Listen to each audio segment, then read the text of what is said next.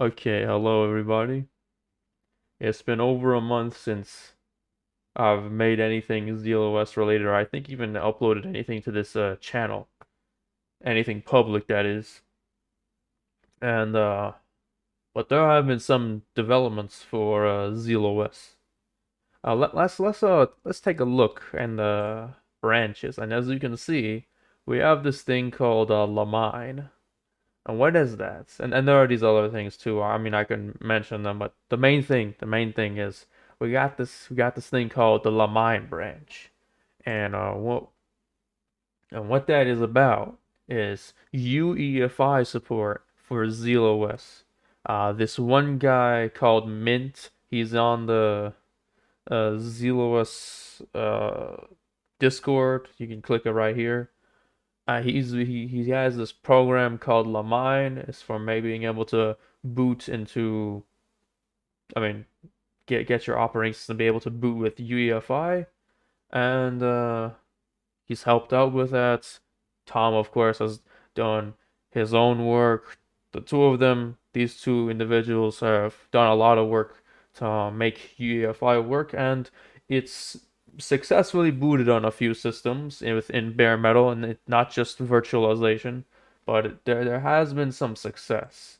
There has been some success. And the reason I say some is that, well, personally, I haven't gotten it to work on this PC that I'm recording from right now. But hopefully in the future, we will see some stuff. So let me show that off. I'm gonna clone the repository, download it, and yeah, I'm gonna clone the repository and show it off. Show the repository up. Show the operating system off. Whatever. I'm not going to make new takes of this video. I just want to get this out there, so I'm not going to put that much effort into this video because I am sure that there will be a much better time to display in its full glory. When there will be a time when this will boot on more machines, more things get figured out. But this is like an early access peak.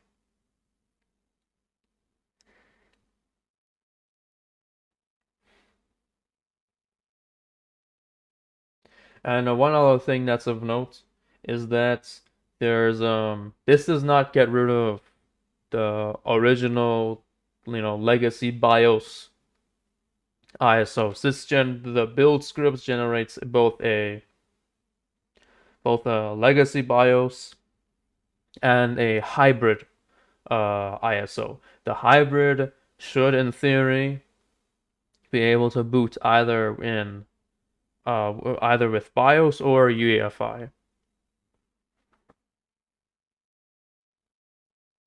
And for the people who have been able to get them to work on their ThinkPads, those are the primary machines that have been tested so far. Well, that works out for them.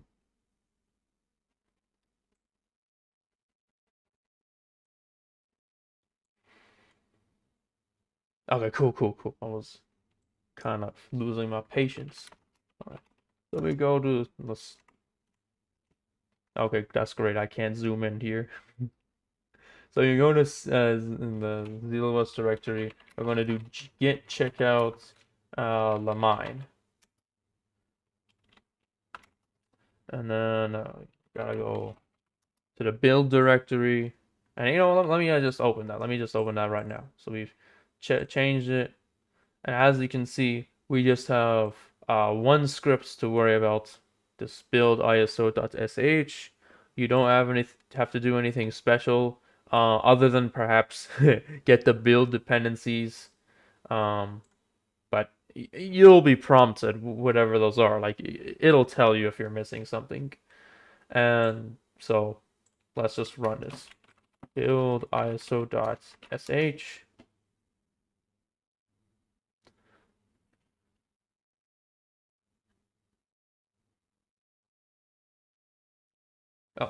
And yeah, it'll ask you for your password.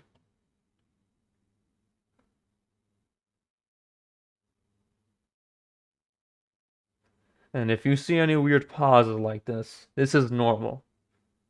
It just likes to take its sweet time, especially if you're not on an SSD.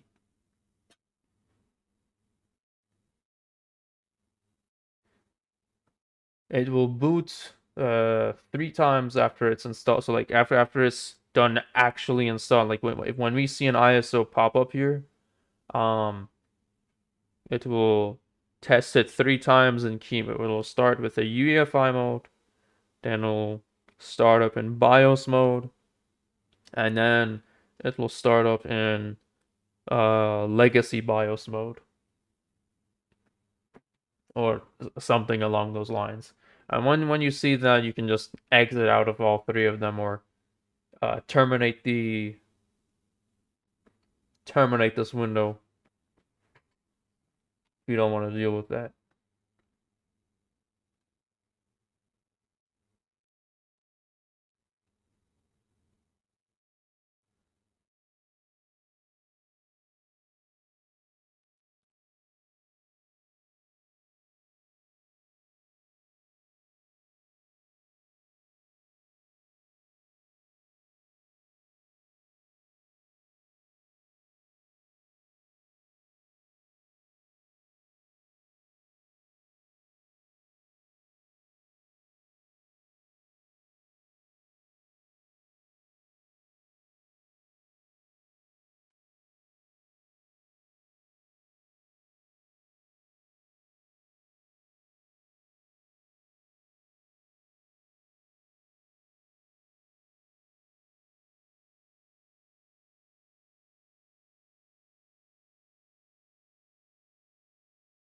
Okay, there we see this. You see that?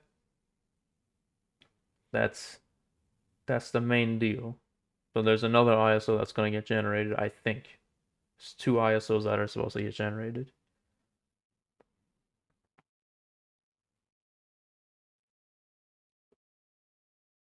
Oh, there we go.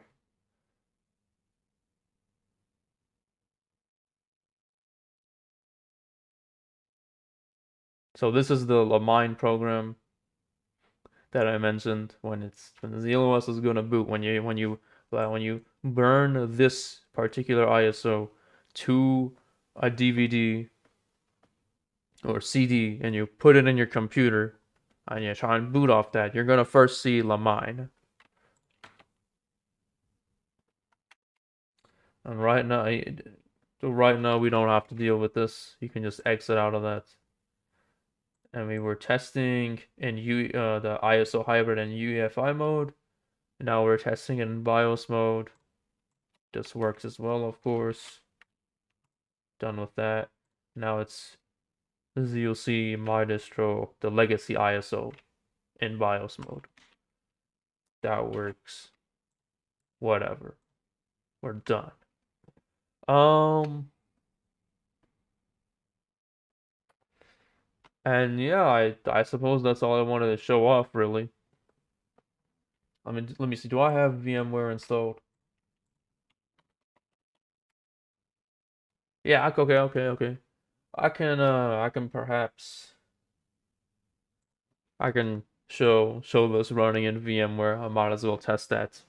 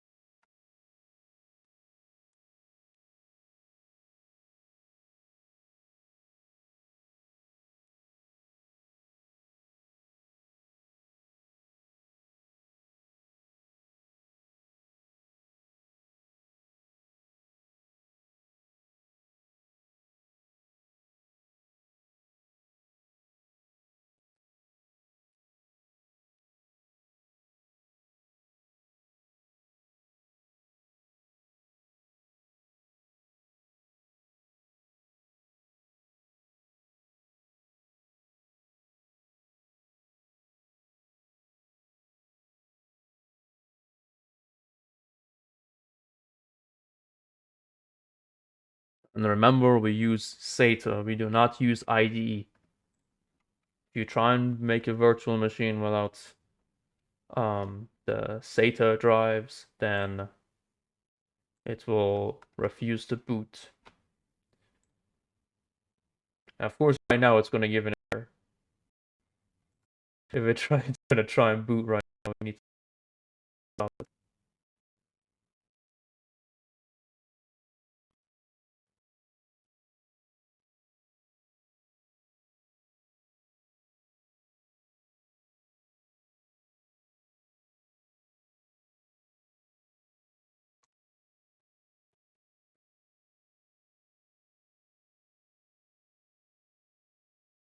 What? Wait a minute. Okay, cool. Hold on a second. Hold on a second. Why did that work? That's not supposed to work. It worked. Okay, that's funny. It worked. Huh.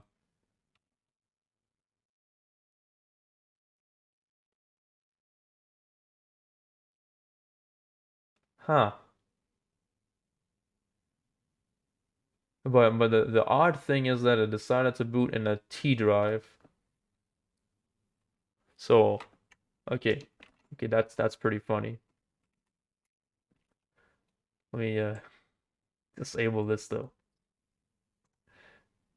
So if you have that's new. If you have an IDE drive, it will just, I guess, ignore it.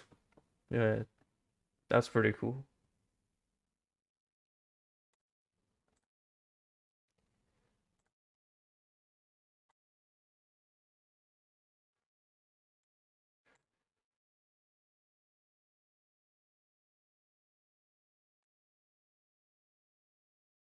Okay, once more onto the breach.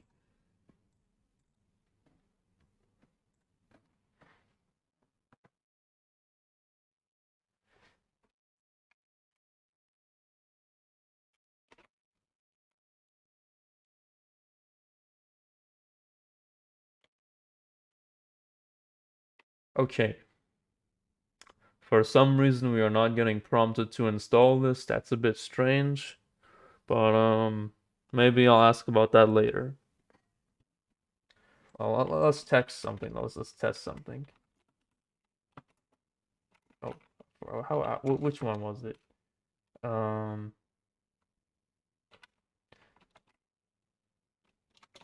mount. Okay, for some reason it still does not see our C drive. It only sees our disk drive. Let's check that again.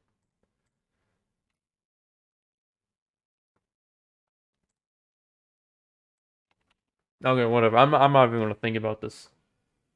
I'll ask why it's not being recognized, and maybe in a future video we'll properly test it in VMware. But it does boot. Okay, that's all for today. Thank you guys for watching. Have a good day, good evening, good night, or whatever. See you.